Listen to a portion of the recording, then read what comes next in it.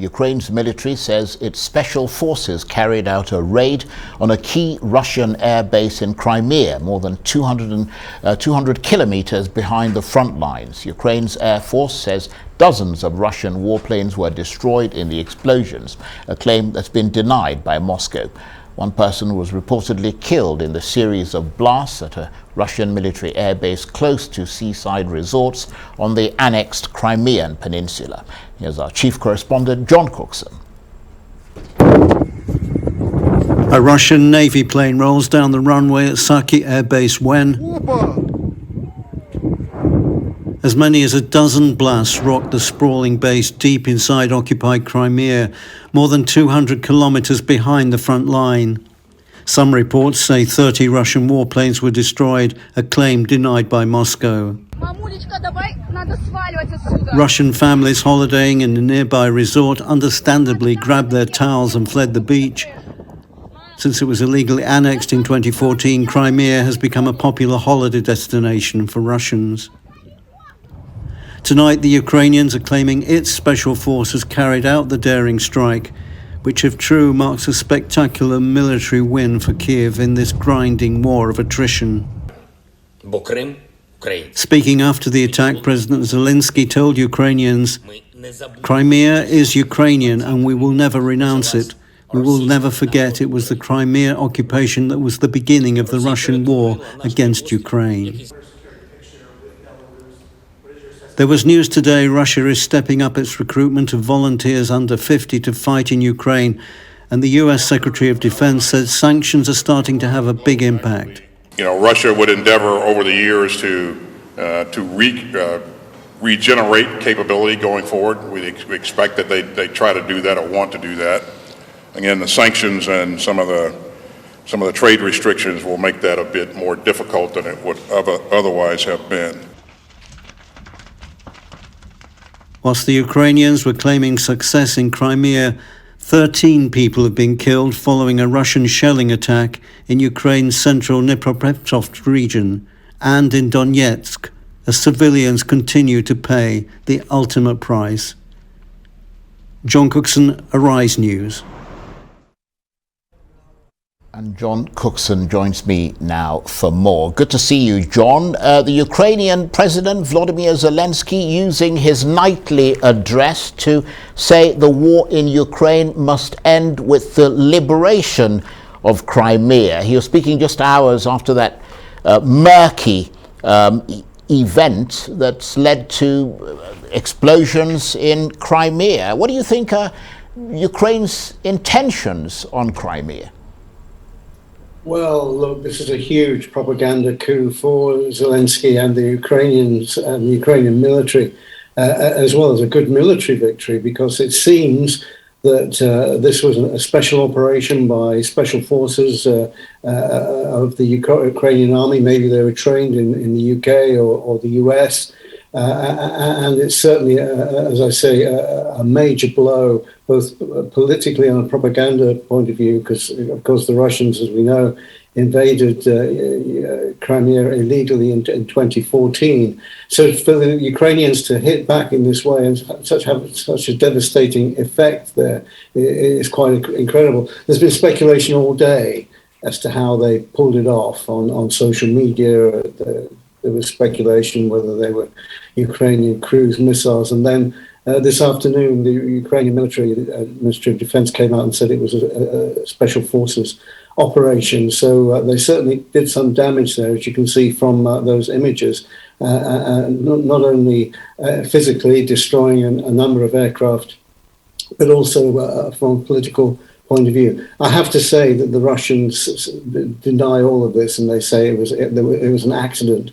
The base.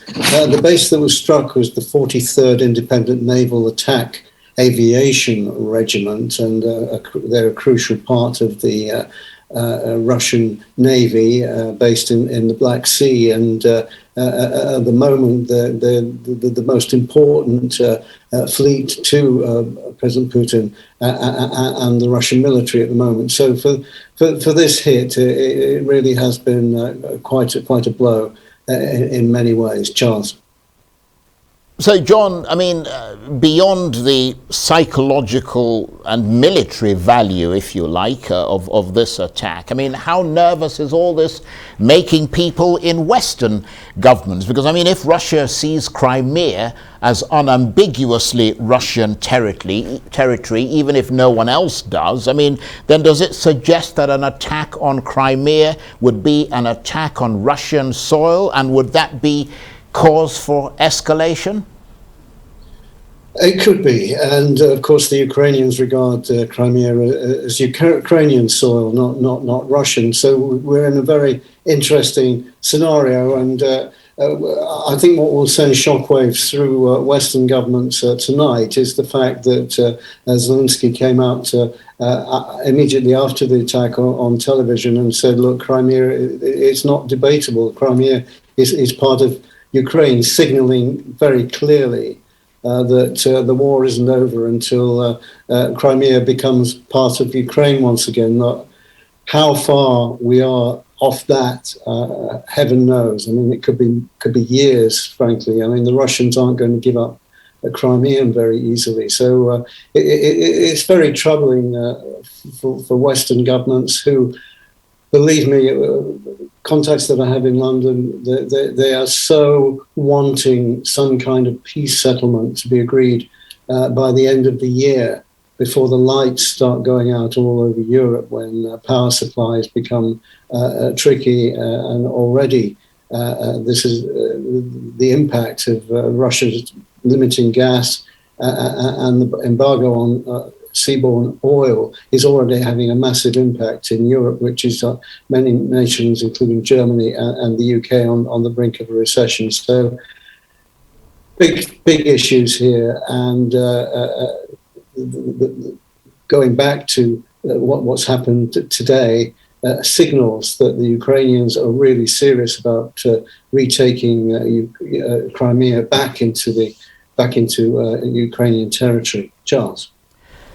Well, as you said, John, those are very interesting developments. And just moving away from Crimea, what's the latest on the fighting around that Zaporizhzhia nuclear plant that Russia controls? I understand that concerns about the risk of a nuclear accident are continuing to grow.